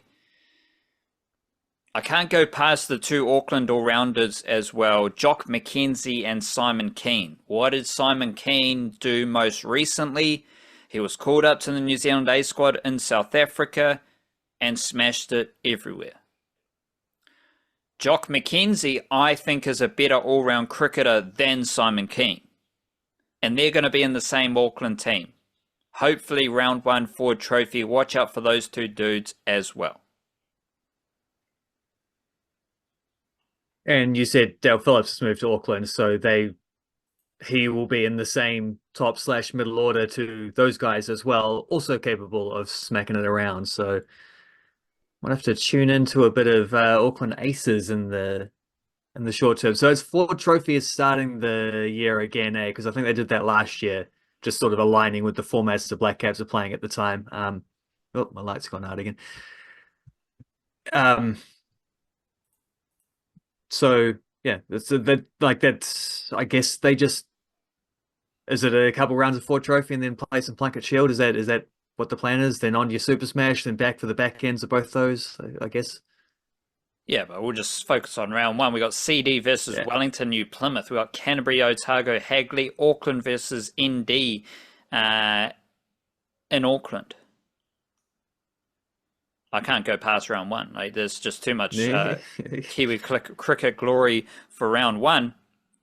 I have noticed we do have a game being played Tuesday morning, time of recording.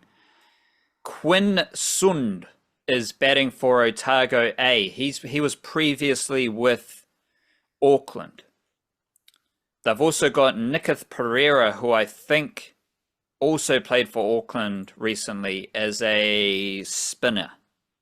So those two dudes might have moved down to be in the Otago mixer. Canterbury A. Familiar names, nothing too crazy here. We got another Folks, if you're interested. I think he's Robbie Folks. He is opening the batting for Canterbury, so that's going to be cool. And a fairly settled Canterbury unit there, so watch out for that. But of course, we have Blackcaps cricket being played right now. Do you have any other Kiwi cricket thoughts? Like any players you want to quiz me about coming into Ford Trophy? Anything you want to quiz me about with the Blackcaps T20 stuff and ODI stuff, as long as we don't talk about Kane Williamson? Well, if it's ODI stuff, at least there's a reason to talk about Kane Williamson, unlike all the conversations about him around T20 stuff, which he doesn't play. Well, I don't know what's interesting at the moment. I'm not sure if I knew that Curtis Heafy was also a wicketkeeper. Yep. Because you mentioned Dane Cleaver is the number 1 keeper, so I guess he's usually playing as a batter.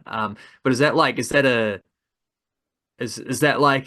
Glenn Phillips is also a wicketkeeper, but he's not actually a wicketkeeper? Is that like Tim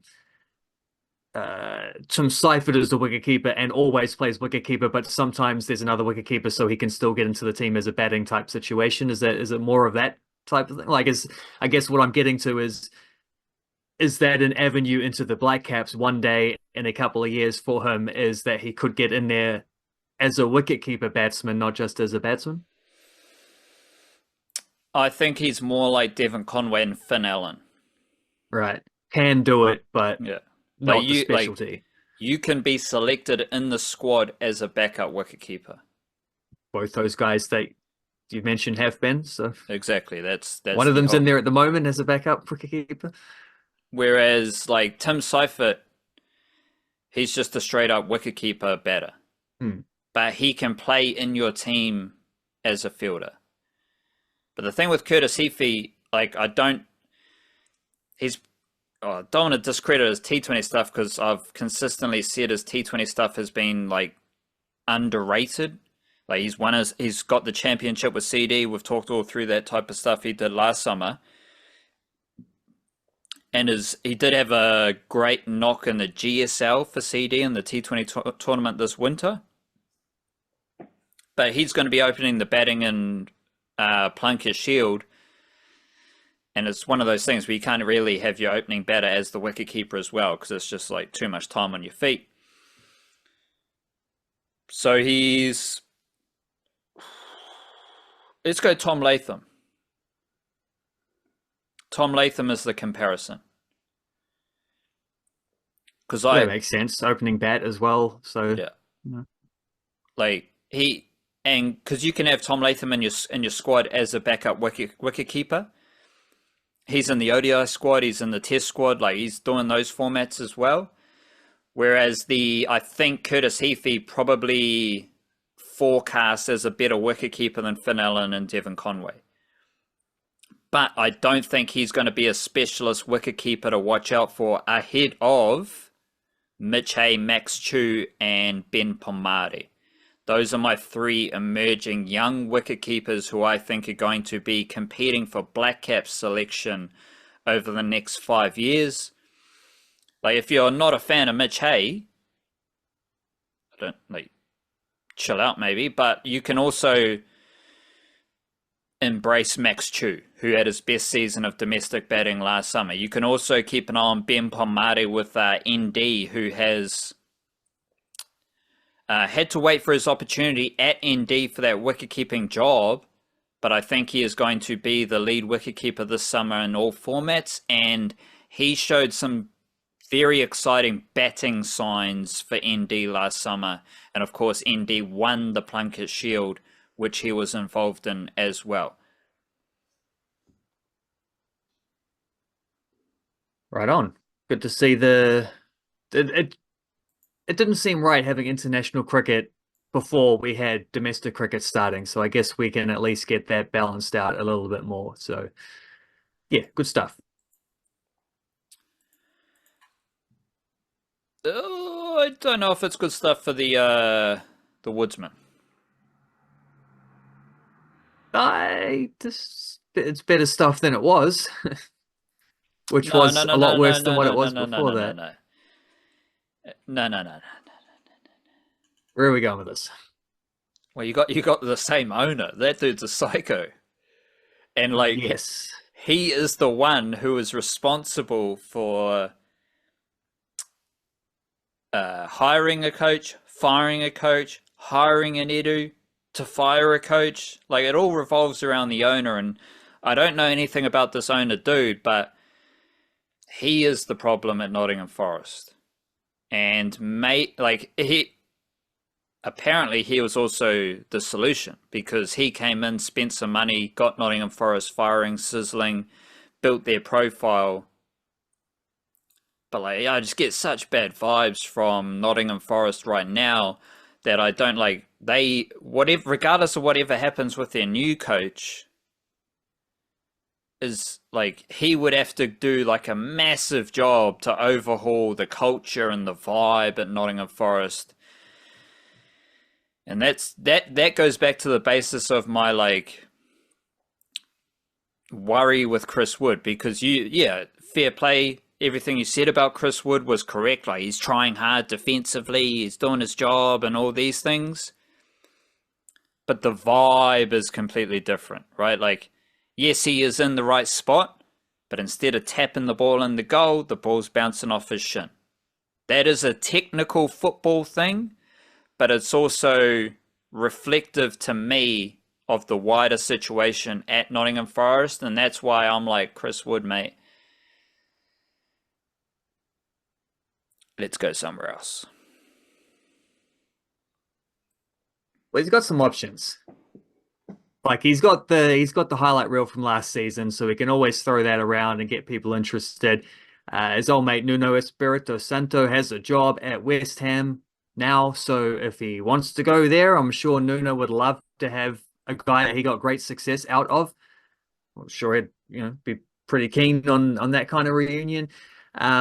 But it looks like Chris Wood's going to get a reunion anyway, because according to I don't think it's been officially announced, but it sounds like Sean Dyche is going to be the new manager, which means that Chris Wood is getting his old Burnley guy back. Sean Dyche was the guy who brought him to the Premier League, not in the first place because he'd been in the Premier League before, but brought him back, signed him from Leeds United, scored 50-odd Premier League goals for Burnley. He's their record Premier League goal scorer. He's also still the record Premier League goal scorer for Nottingham Forest, albeit they haven't played as many years in the Premier League recently, so it's not a huge number, but he is a record scorer in that division for two different clubs. It's pretty significant as it stands. And might be a Sean Dyche reunion. I don't know how that's supposed to work, because this comes back to what you're saying about like madness from the ownership level. I kind of get icky vibes anytime a sports owner seems to think they're bigger than the team and starts to throw themselves around and make decisions that they should be hiring someone with expertise to make those decisions, or even just like doing all the interviews, getting all the headlines and stuff, and putting themselves in the focus, even if they're not the ones getting in the way in terms of the actual work. That's also just none of that's fun. None of that is interesting to see. No one cares who owns your team. Like, you just do your job, enjoy it in the background, sit in your fancy, your owner's box and drink your champagne and your caviar and have fun. Enjoy the fact that you own this team, but don't go around casting a massive shadow over everything, and just causing chaos. Which, to go from Nuno, very counter-attacking defensive structure type coach, to Ange Postecoglou, no defense at all. Let's just attack. We don't even care about set pieces. We're not going to bother about the versus like Nuno, who's pretty keen on set pieces. There's some focus on that. Sean Dyche, I'm pretty sure, is someone who it's going to be like defending corners is the first thing he's going to work on the training pad. He's back in the Nuno mold. So you've gone from one extreme to the other extreme. That you couldn't go between two more extreme managers in terms of like the difference of how they try to coach, from Nuno to Postecoglou, and now you're going back in the Nuno mold with Dyche. So hopefully that means picking up where Nuno left off rather than picking up where Postecoglou left off. Because if that's the case, maybe you can just say this last month was a shambles, and we can scratch that and get back to what we're doing beforehand. Certainly this is better for Chris Wood, because Sean Dyche knows him and knows how to use him, and will be, very he's a player he can trust from the get-go, which is helpful, because I don't know, when the bad vibes get into a club, I'm not sure if the managers always do feel like you can trust your players. That might be something you got to earn. But Woodsy has a prior relationship, so that will help him. It's a better situation for him than what it was a week ago. We'll say that much. But yes, the ownership hasn't changed, and I don't know if this is the club Chris Wood needs to finish his career at, but we'll see what happens under another manager, because the last one was pretty good. That one worked out very well with Chris Wood. Well, the one before the last one, that worked out very well. The last one, almost so much went wrong that it was like, Chris Wood is just a symptom of the wider thing. It's not like it was targeted at him. I wondered about that at first, about how possible, is he going to drop him? How's that going to be balanced? I actually don't think he really did drop him. He just rotated his strikers between the midweek and Premier League things. There's only one Premier League game under Postecoglou he didn't start, and it was the game on the weekend, which got Postecoglou sacked. So that's actually, it's not so terrible from Chris Wood. But there were a couple games there with a couple of chances where it's like, Chris Wood in full flow scores those. And this wasn't Chris Wood in full flow, but it was also like everyone looked confused and low on confidence and not really sure what they were being asked to do. So Um, Hopefully the dice stuff is just a reset and you can pick up where Nuno left off and just get the train back on those tracks rather than whatever the hell the last 40 days got up to. So if that's the case, we'll see how Chris Wood goes in the short term, because that might be something where we can get back to what we saw from him last season. If not, then that's when you start thinking, pick up the phone, Nuno. Let's work out a loan. Let's see what happens. Remember, he wanted a new contract last season while he was in good form, and then they didn't want to sign him to a 2-year contract. They only wanted to sign him to a 1-year contract, which would have been this season. But he just kept scoring goals to the point where they eventually had to just give him the 2-year contract. So he does have another year after this one. The fact that they were already thinking about moving on from him, though, probably isn't a great sign for his long-term prospects there. I guess when you're 33, turning 34 years old, you're probably not really worried about your long-term prospects. You're just taking season by season. So I think he's got a couple more Premier League years in him. I don't know if those are at Nottingham Forest. The Dyke stuff does. I don't know, it perked It's me better, up. right? It's like they could have gone in a very different direction with the next hire. So that's a nice one. I choose to view that as an apology to Chris Wood for hiring an Australian who didn't suit how he plays. Now they're going in the opposite direction. That's how I choose to view this. I wouldn't it's just such a crazy turnaround, because a few months ago we're like Chris Wood, Tyler Binder, Marco Staminish, New Zealand Forest. It's Tokoroa. It's Forestland. It's the woodworks. Marco Staminic, he was lucky enough to get out of there. We'll see what happens with Tyler Binden, who's on loan, I think. And Chris Wood's still grinding. Is Chris Wood in danger of losing his all-white spot to Kosta Barbarouses? Chris Wood's never in danger of losing his all-white spot to anyone except his own rest and rotation. That's always the case. I am pretty up on this Kosta Barbarouses to Western Sydney Wanderers thing, though. At the time when it first was announced, I'm thinking, why are you? I'm sure we would have talked about this on the podcast. Like, why are you doing this in a World Cup year? It meant so much, and you left the Phoenix in 2010 to sign with, I think it was Brisbane Roar back then. And then even though I don't think this is true, he has been saying, even within the last year, wow, Ricky Herbert didn't pick me because I left the Phoenix, so he held a bit of a grudge. I don't think that's true or fair, but if he believes that, why would he then do that again a year out from a World Cup at the other end of his career, where it's like, you're not going to get another chance? But now I see it. He scored in his first game in the Aussie Cup. He's now scored 10 minutes into his debut in the A-League for Western Sydney. He seemed to fit really nicely into what they're doing. And what's interesting about that is I was thinking about this with Eze at the Phoenix and wondering, on the one hand, I could see Kosta Barbarouses fitting really nicely into a Phoenix team that's bouncing the ball around with a lot of one-touch passes, a lot of movement off the ball, and very sort of proactive front foot type way of playing, looking to hold possession but create chances from that possession, not just knocking it around sideways.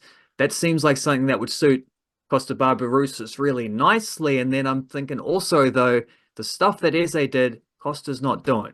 He can't go back to goal and just hold off a striker. He's not going to survive getting kicked and hacked and all this the way that Eze was having to battle through.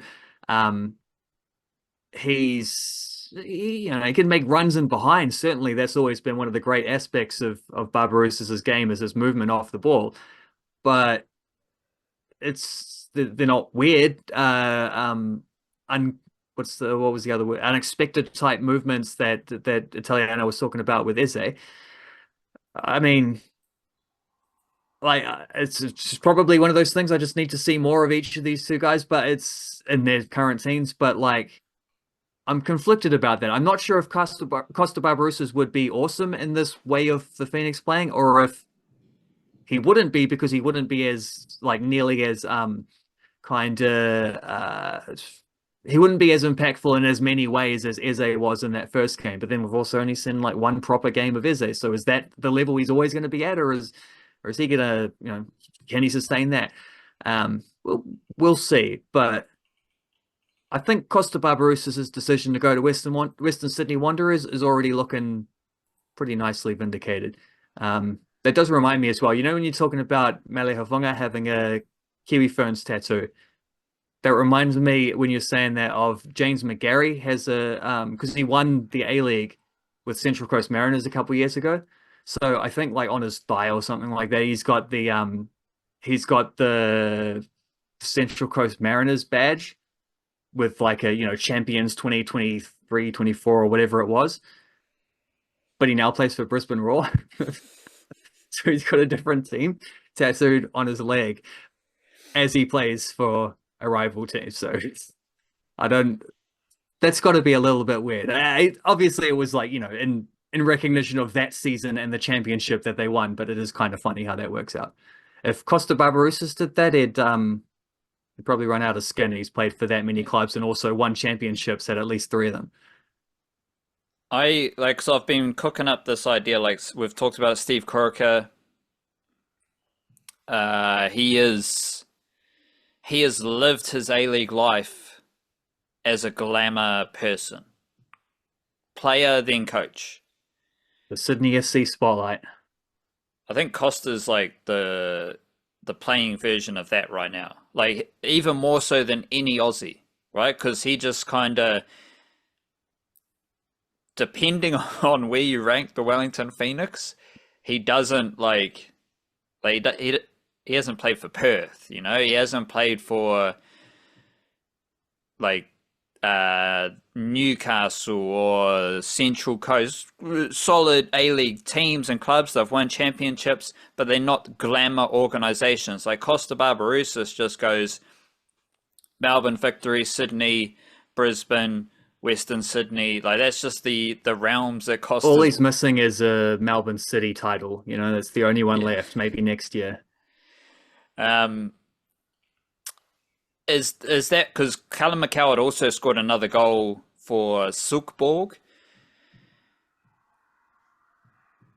Where are you at with Costa versus Callum McCowatt? I don't think it is a versus necessarily. Yeah, but let's make it a versus. If you had to select one of them in your all whites first 11. I would like to see it become a versus because I actually think that if Chris Wood's out, I wouldn't. I would be curious to see what Callum McCowatt could do if they asked him to play as a striker. It would be like a false 90 type thing, but I think that would be pretty interesting. Because Kosta Barbarouses is clearly the established backup. I think he already was, and Ben Waine seems to be going in the opposite direction, and Max Mata is currently off the scene altogether. So don't think there's a lot of rivalry there. McCowatt's the most informed All Whites player right now. So if he's someone who's contending to start, Kosta Barbarouses is someone who's contending to come off the bench or maybe start if Chris Wood happens to be unavailable, but only if Chris Wood happens to be unavailable. So I don't know. It's nice to have different options. There's a couple different, like, they're both players whose running off the ball is very very important to what they do, and I'm not sure if that's always come through in the All Whites. Like, I don't know that they always get the opportunity to play in the way that they play for their clubs when they play for their national team. Well, obviously, it's hard for Costa trying to do what he can't do what Chris Wood does. The dynamic has to change then, but he hasn't scored very many international goals, to be fair. And Callum McCowatt has a few, but probably not as many as maybe people would hope for someone who has become, even though it's only more recently this has been the case, has become as prolific as he has at club level. And it just feels like a lot of that is transitional type attacks, which the All Whites aren't that good at, but maybe they're coming towards that. I don't know. I think there's an interesting parallel between those two guys in the way that their best football at club level hasn't really translated into their best football at international level. But I don't think that's because of anything they're doing. I think it's just because of the style that the All Whites play, which, maybe is opening up enough. Maybe not in time for Kosta Barbarouses, but hopefully in time for Callum McCowatt. Beauty. Let's wrap our podcast there. Lots more to chat through on our bonus podcast this Thursday on the Patreon and paid Substack subscribers. Big up to you. We appreciate you. Love yourself. Kia kaha. Stay beautiful. Church.